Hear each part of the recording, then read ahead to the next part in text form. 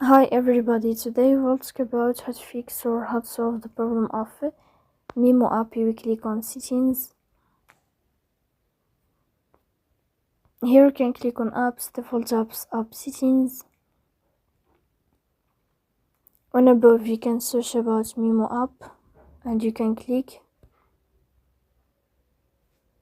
Then you can click on first app and you can click OK.